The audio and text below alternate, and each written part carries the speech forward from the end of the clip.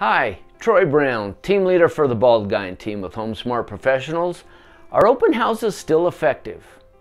Well, you've got to take into account we have different markets, and the COVID concerns nowadays have stifled a lot of open houses. However, all in all, here in the White Mountains of Arizona, we're a rural community in Arizona. And my past experience is, yeah, you get a couple people walk through an open house, but more often than not, they are the neighbors who are curious what the inside of their neighbor's house looks like. So all in all, here in the White Mountains of Arizona, open houses are not the best use of time or energy or marketing. So no, they're not effective here in the White Mountains. However, for my clients, if you want to have an open house, I will gladly do the marketing, make the arrangements, and allow you to hold your own open house.